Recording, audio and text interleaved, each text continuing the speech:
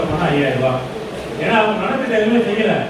ஆட்சிக்கு வந்து எந்த ஒரு அதாவது சொல்லிக் கொண்டவர்கள் நம்ம எடப்பாடி ஆட்சி செஞ்சவரே எந்த ஒரு நலத்திட்டங்களோ எந்த ஒரு பொருள் சார்ந்த ஒரு இதுமே எதுவுமே செஞ்சதில்லை. அவங்க சொல்லிக் கொள்ற மாதிரி ஓட்டு கேட்கும் மக்கள் நம்ம என்ன செஞ்சோம், மக்கள் பணி எவ்வளவு செஞ்சோம் நம்ம சொல்ல முடியும், நம்மளால சொல்ல முடியும். எதிர்கட்சியா இருந்தாலும் சரி, ஆளுங்கட்சியில செஞ்சதும் சரி, எதிர்கட்சி செஞ்சிருக்கும் சரி, ஆட்சி திமுக எதுவுமே நடத்தல.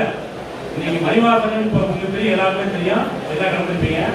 நேரடியாக நம்ம தெரிஞ்சுக்க மாவட்ட அண்ணன் மணிவாசன் வந்து தாக்கா அனாமிகள் நிலையத்தில் மணி எப்ப உயர்ந்தார் நம்ம மாவட்ட அண்ணனுக்கு வந்து செய்தி போய் அந்த ஸ்பாட் உடனே போய் அதையே நான் கேள்விப்பட்டு அன்னைக்கு நைட்டு 12 மணி வரைக்கும் அங்கேயே இருந்து மக்களுக்காக அந்த குடும்பத்துக்கு என்ன நிவாரணம் செய்யணும் அதுக்கு போராடி நம்ம கழக உறுப்பினர் எல்லாருமே அங்கே போய் கூட அண்ணன் கூட இருந்தோம். நீங்க எல்லாரும் இருந்தீங்க, எல்லாரும் தெரியும்.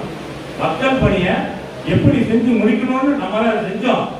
அண்ணன் தான் செஞ்சாரு. எப்படின்னா மறுநாள் 2 நாள் அந்த போராட்டம் கடந்து அந்த குடும்பத்துக்கு இழப்பீடு 33 லட்சம் ரூபாய். அந்த குடும்பத்துக்கு 33 லட்சம் ரூபாய் இழப்பீடு.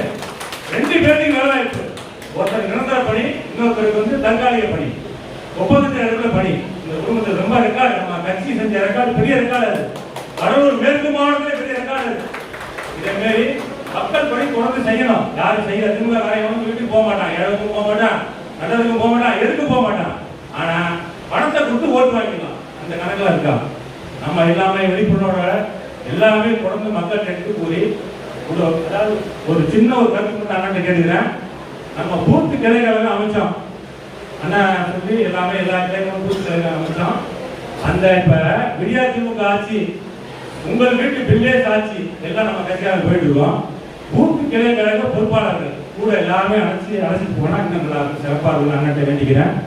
அந்தந்த கிளையிலையும் அந்தந்த வார்டிலையும் பொறுப்பாளர்கள் அனைவருமே ஒருங்கிணைந்து போகணும். அதுதான் என்னோட பணிவான வேண்டுகோள். அது சிறப்பாக இன்னும் சிறப்பாக இருக்கும். எல்லாருமே ஒரு 10, 20 பேர், 30 பேர் ஒவ்வொரு வார்டிலையும் ஒவ்வொரு குரூப்புக்கும் 30 பேர் போனால் சிறப்பாக இருக்கும்.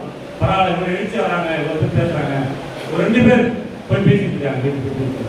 அதனால சொல்ல வரேன், எல்லாரும் அரவணைச்சு எல்லாரும் கொண்டு போய் இது பண்ணா இன்னும் மெய்யா நம்ம நல்லா இருக்கும். அவங்க எவ்வளவு பணம் கொடுத்தா எத்தனை கோடி கொடுத்தா 2 லட்சம் கொடுத்தாலும் ஜெயிக்க முடியாது.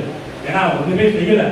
நம்ம ஆளுங்கட்சியில் செஞ்சுட்டோம், எதிர்கட்சி செஞ்சுருக்கோம். ஏன்னா நம்ம ஆளுங்கட்சியில செஞ்சிருக்கோம் எல்லாமே உங்களுக்கு தெரியும். உங்க கிட்ட அண்ணா சொன்ன மாதிரி நலத்திட்டங்கள் எல்லாமே உங்களுக்கு தெரியும். மக்களுக்கு நம்ம என்ன செஞ்சோம் உங்கள்கிட்ட நம்ம கிட்ட நம்மளுள்ள பேசி தேவையில்லை, மக்கள் தான் நம்ம எடுத்து வைக்கணும்.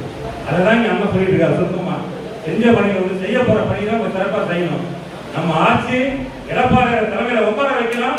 முதலமைச்சரா கடலூர் மேற்கு மாநில உட்பட்ட திட்டமொழி ஊடகரி விருதாச்சலம் நம்ம வந்து வெற்றியை நம்ம பாரதத்தில் நம்ம சமர்ப்பிக்கிறோம்.